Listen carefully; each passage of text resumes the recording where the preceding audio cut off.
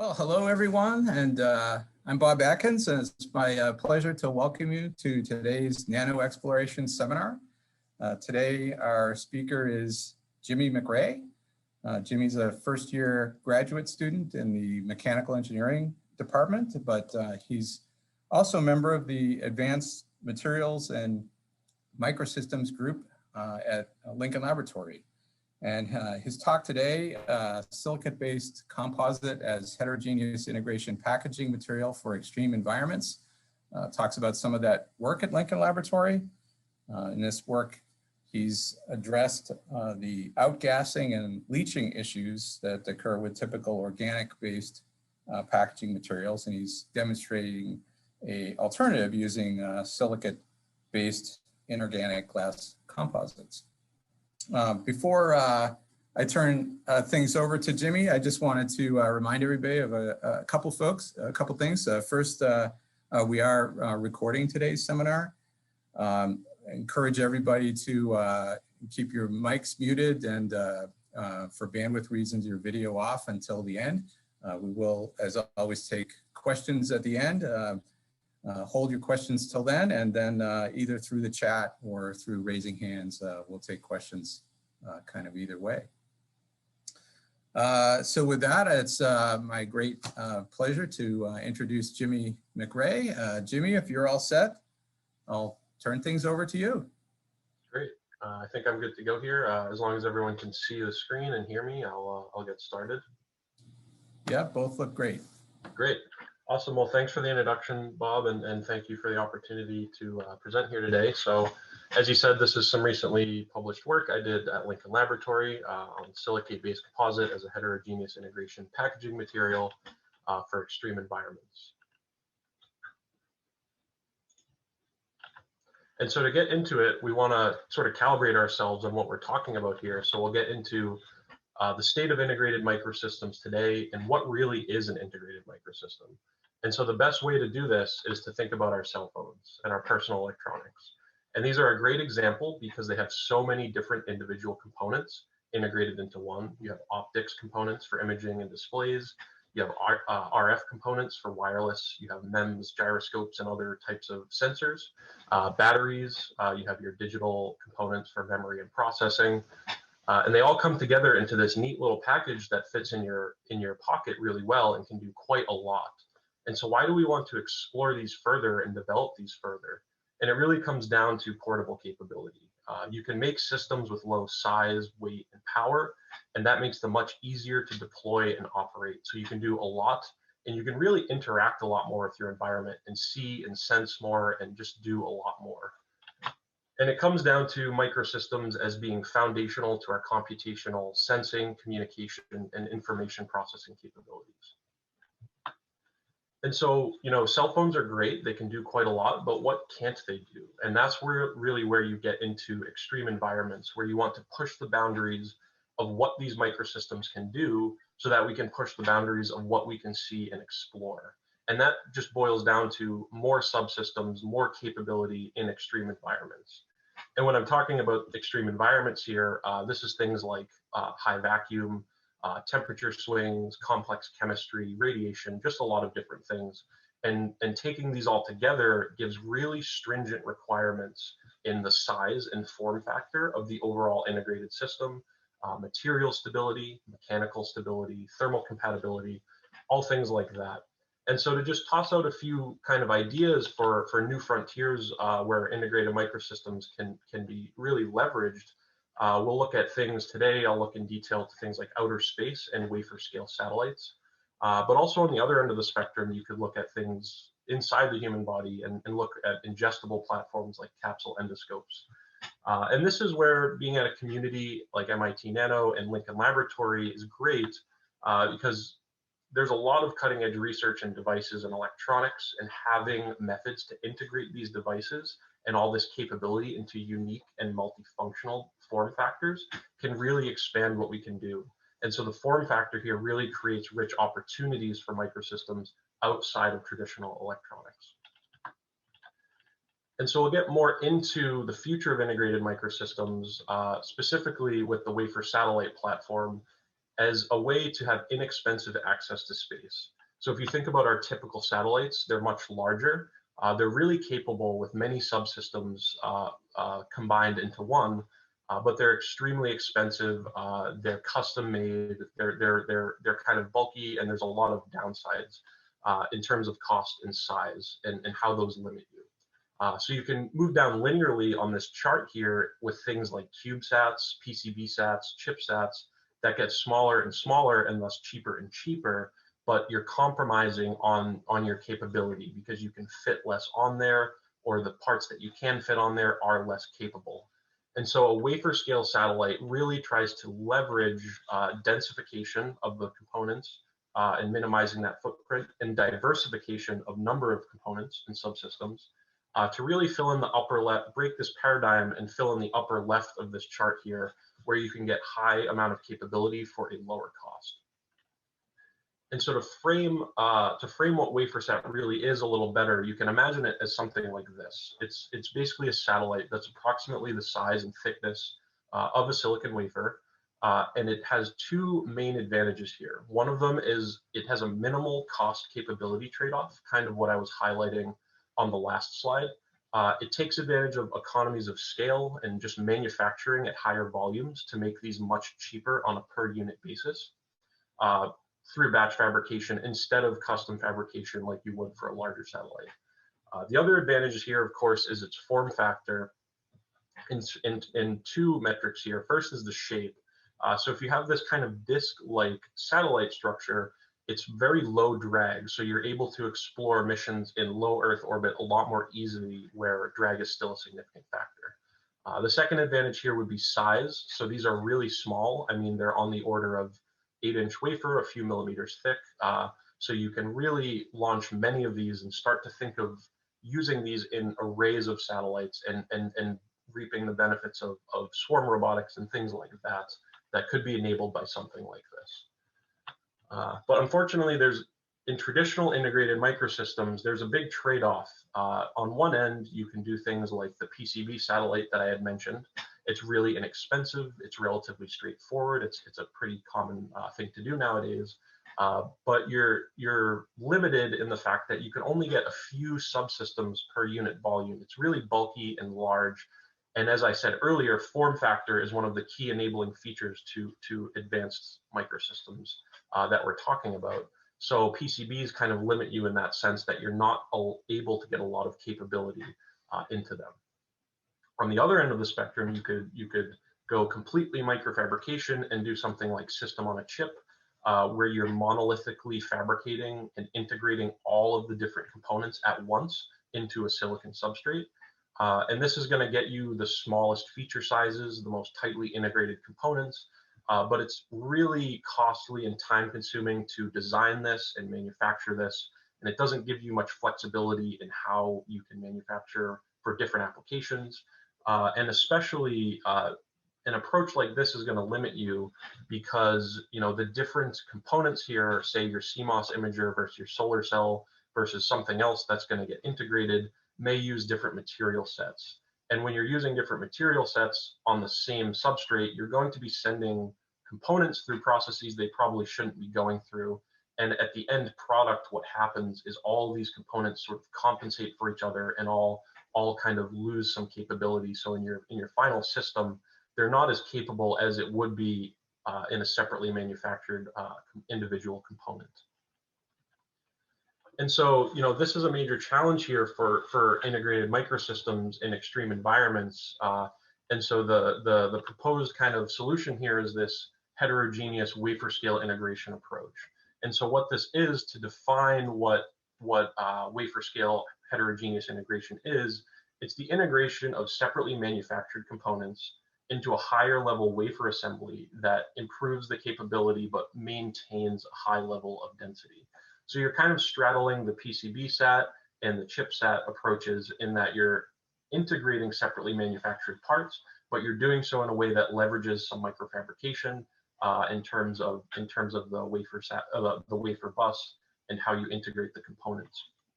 And so if you look at this cartoon here, this is just kind of depiction of how this would be envisioned, where you have embedded components, your passive components and your active components, all wired up with the wafer level fan out for connecting components and the in and out connections outside the package. You have your molding material that embeds everything and provides a surface for the next layer. And you have your interconnects, your vertical ones through the molding material, as well as your planar ones that are just there to connect everything up together and make sure everything can operate as one. And of course, your surface mounted components, whatever that may be. And I'm highlighting the molding material here because this is the real critical challenge to enable this integration approach. And it's really a challenge right now because there's so many requirements that it needs to meet simultaneously that current materials really don't. And those are kind of listed over here on the right. It needs to be processed into thick films. The resulting composite the resulting material must look and act like a solid. It needs to be thermally stable and processable up to about 400 C. Its coefficient of thermal expansion needs to be tunable to be compatible with the substrate and the components. It can't outgas, which would compromise components in vacuum environments. And it needs to be mechanically stable so that it can hold it all together and operate effectively without damaging anything that it's supposed to be protecting. And so what it really comes down to is that molding materials are a critical challenge to address because they provide the structure that enables systems to operate effectively in their environment. And so when we look at challenges with current molding materials and what's out there nowadays, what we're seeing is that they're basically all used, they all use epoxy molding compounds that have high coefficients of thermal expansion and low glass transition temperatures. And these kind of really create a lot of challenges in that wafer warpage, die shifting that would occur from these material properties limit the subsequent processing. Additionally, these are organic materials, and those often aren't suitable for extreme environments, especially in space where outgassing is an issue, material failure, dimensional instability, things like that. And so just taking a look at literature and what's out there now as some of the best performing epoxy molding compounds, we see that materials with a coefficient of thermal expansion of around 5.5 to 6.5 are kind of some of the best that are able to be made right now.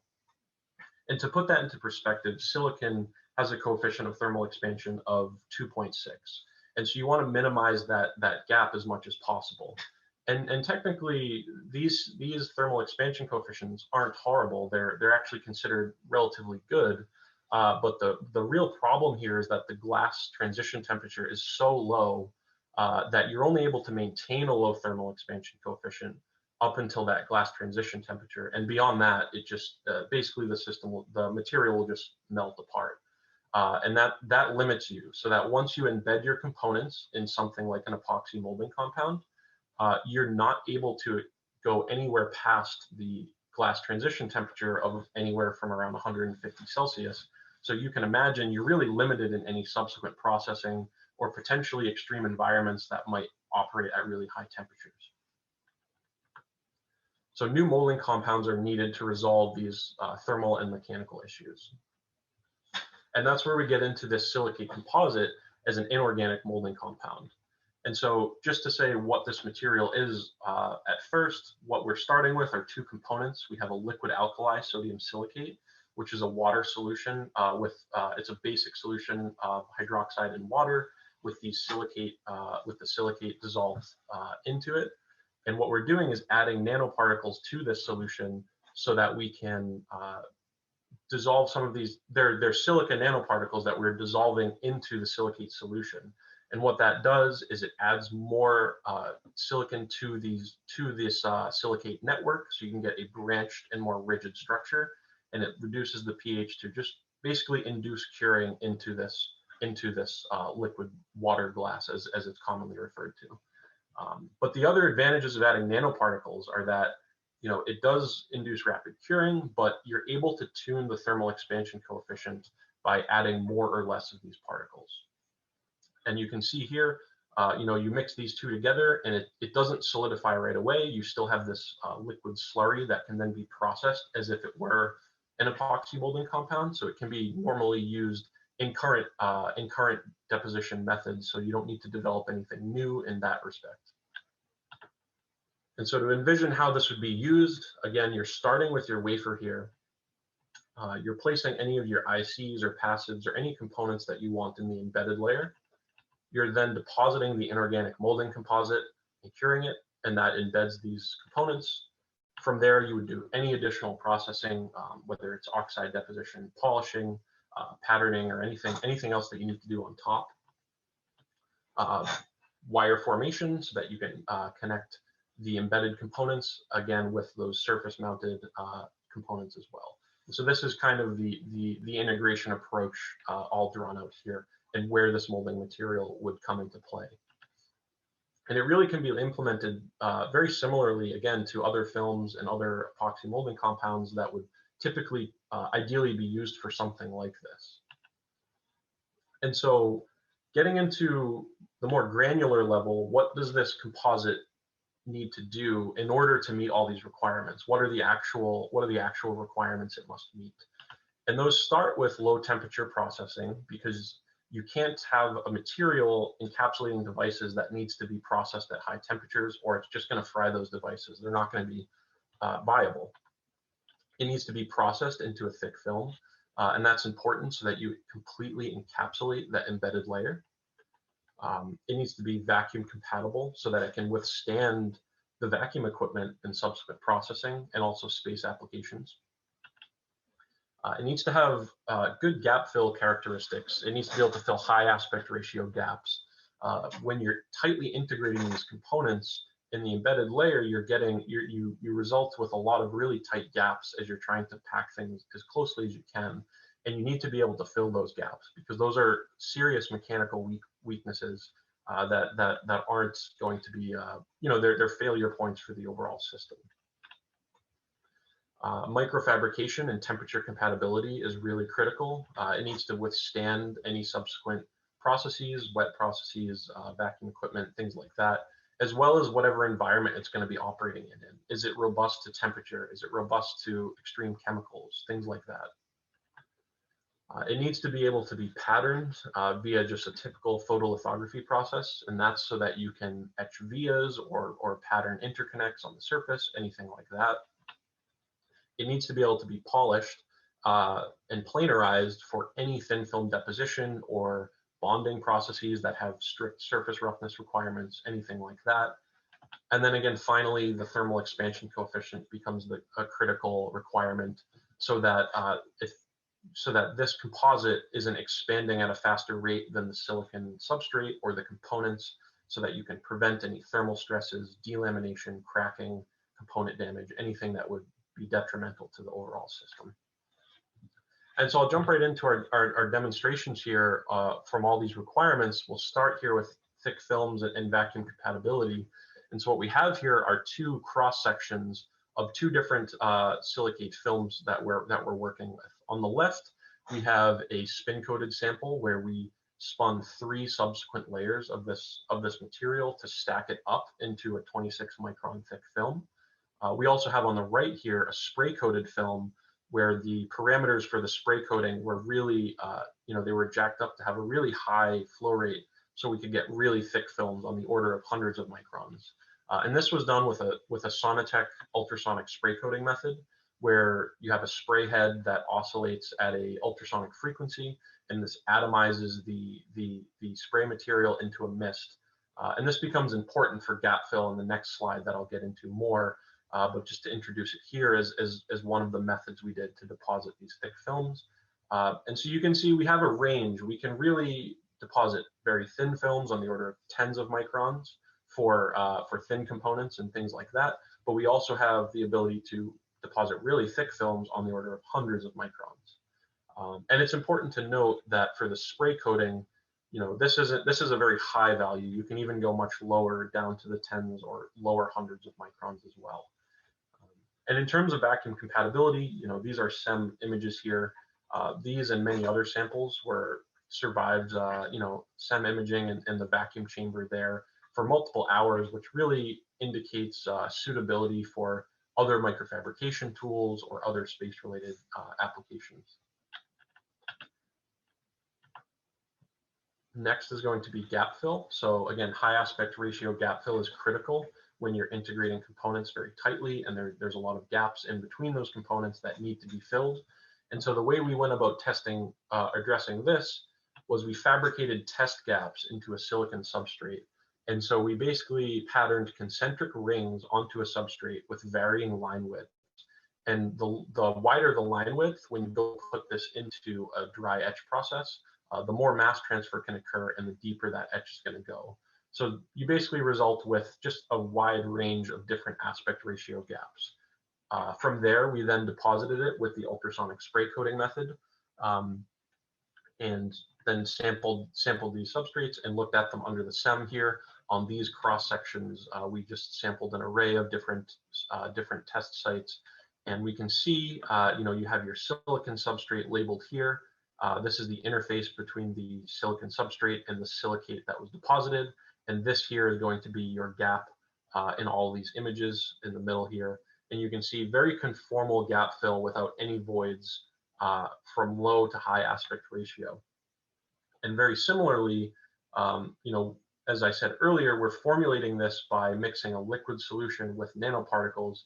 And so to make sure that we're not, jamming up these gaps with a lot of nanoparticles, we tested with a high weight percent loading of the particles. So we have 30% particles loaded into the water glass solution, and we were still able to fill high aspect ratio gaps without issue.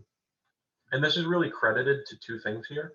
One of them is going to be the low viscosity of this liquid solution before it cures.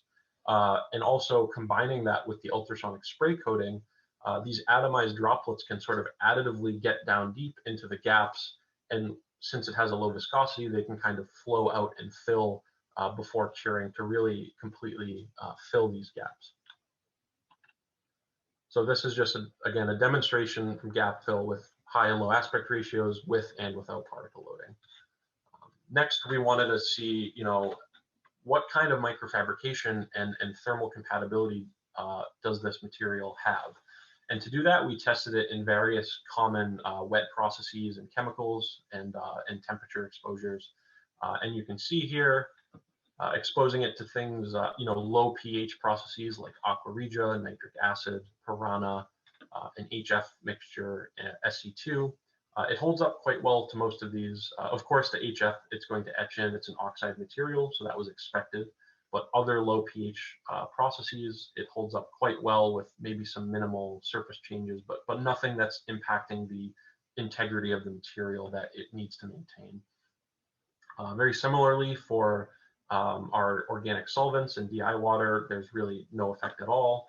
And then we tested in basic conditions, so a standard clean 1 without any effect. The really basic TMAH process does eat away at this material, and that makes sense because this starts as a liquid alkali solution. So if you put it in a really high pH solution, it's going to eat away at it.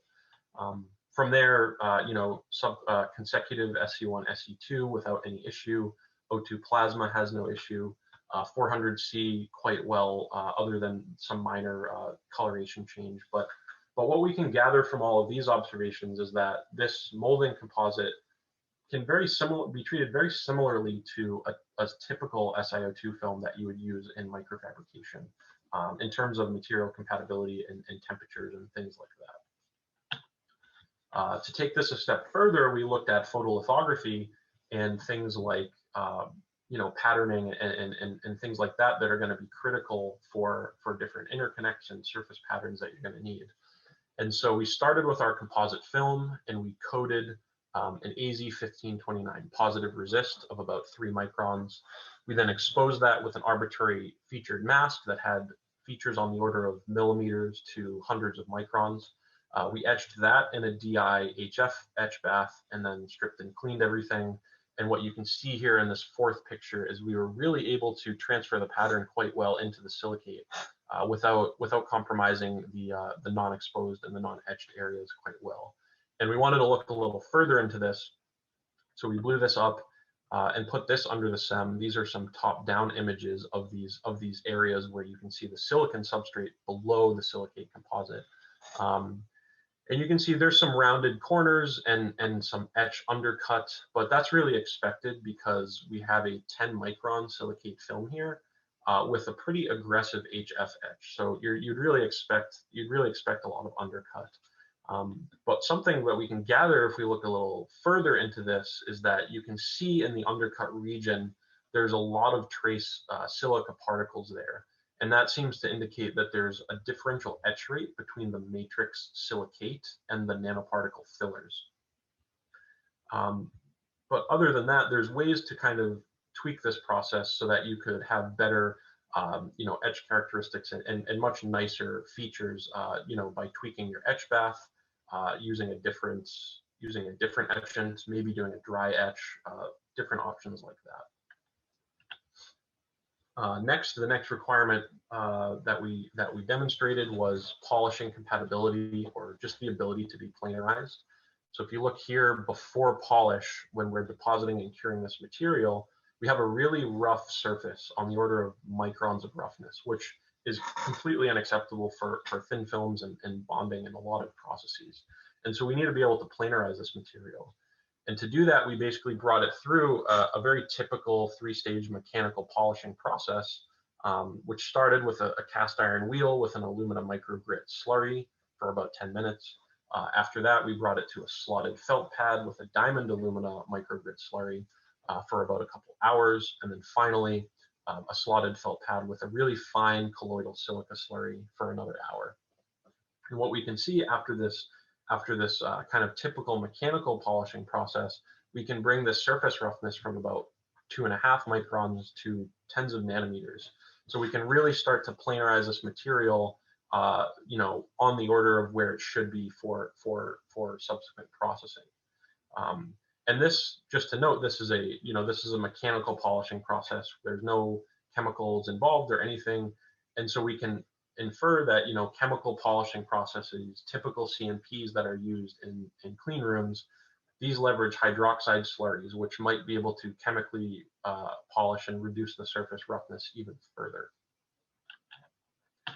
And finally, the coefficient of thermal expansion is the last critical requirement that this material must meet. And so we have an unknown thermal expansion property of this material has an unknown thermal expansion. And so how do we figure that out? We basically deposit an identical film on 2 known substrates, one of them being a silicon wafer, the other one being gallium arsenide. And you heat these up with a heating and cooling cycle, an identical one for each substrate. And you measure the stress as a function of temperature. And from these values, you can then back calculate what the thermal expansion is of that unknown material, the silicate composite. And that's exactly what we did here. And from this experimental determination, we got a thermal expansion of around 4.9 parts per million per degree Celsius. And if you remember way back earlier, when I was talking about the literature review and epoxy molding compounds, those at best were about 5.5 parts per million per degree Celsius. So we've already cleared that bar. We're already below and even more compatible with silicon. And to support that, we just did a simple theoretical determination based off of rule of mixtures, which is just a volume weighted average between the matrix and the nanoparticle filler. And that calculation gave us a estimated thermal expansion coefficient of about 3.9 parts per million per degree Celsius. So these are in relatively good agreement with each other and indicate that this has a much better compatibility with silicon substrates compared to other molding compounds. And so to summarize this work and what we've been able to show so far and motivate some future work, I just want to start by highlighting what we've demonstrated with this material. So I'll start back with this cartoon here where, again, the molding material is really critical to this integration approach that will enable much higher density integration and much more capability than what is currently available. And we've been able to show that we can meet all of these requirements simultaneously that other materials, such as the typical epoxy molding compounds, cannot meet. So we can get thick conformal films, we can have a dense solid material, thermally stable and processable up to 400 C, tunable thermal expansion coefficient, compatible with vacuum, and it's mechanically stable. And so this really is getting at an issue that has been plaguing heterogeneous integration for many, many years, in fact, decades at this point, with an inorganic sodium silicate composite that has a tunable thermal expansion coefficient and is really robust to a lot of different processes and temperatures and other things, making it very suitable for again these extreme environment microsystems that require really interesting and unique form factors. And so to motivate some future work that's more in line with you know, some stuff I'm doing now on campus, other types of form factors for other types of applications, such as ingestible electronics and things like capsule endoscopy. You know, these have been in limited use for a couple decades now, but they're really limited in the fact that they don't have much capability integrated into them, and they're quite large, which poses an obstruction risk, which is then a medical emergency. So you're not able to widely distribute these to the public because they're medical. They still pose a medical risk. And even if you were, they're still very limited in their functionality. So their diagnostic capabilities aren't really where they can be.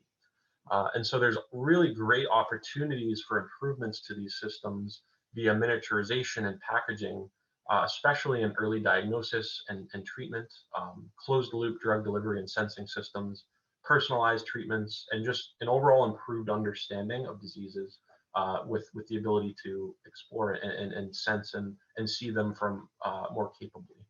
And this is where something like a silicate composite, really, there's an opportunity for it to behave as a packaging encapsulant, because it allows for tighter integration of components with the gap fill capabilities. So you can really package more in a smaller footprint. It's really robust to different chemicals and temperatures that would be exposed to something like this. And it's really, you know, its processability and reusability are other advantages that might enable something like this to address some challenges in other advanced microsystem packages as well. And so with that, I just want to acknowledge everyone here, everyone at Lincoln Laboratory who's contributed and allowed this to happen. And of course, everyone here at MIT.nano for the invitation and all the arrangements. And with that, I'd be happy to take any questions. All right, Jimmy, great talk. Thank you very much for giving us an overview of that work. And I guess with that, we'll open things up to questions. You can either raise your hand, or there's probably not too many people here online, so maybe we can try the chaos of just turning on your mic and asking a question, or you can send questions through the chat. So questions for Jimmy. How is it handling those nanoparticles, and is it any issue getting them into suspension without agglomerating or anything? Yeah, it's quite straightforward. I mean, other than just working in a safe environment like a hood so that you're not exposing yourself to anything, it's pretty simple, just adding them to the solution and mixing them. It's about as simple as it gets, I'd say, honestly. Okay, let's hope it works in scale up that easily. Yeah. Hi, may I ask a question? Sure, go ahead. Okay, hi, very nice talk. I had a question about the thickness. You mentioned that you needed a very thick molding material, film, and you also wanted it to be sort of conformal, coating all of the layers with the large aspect ratios.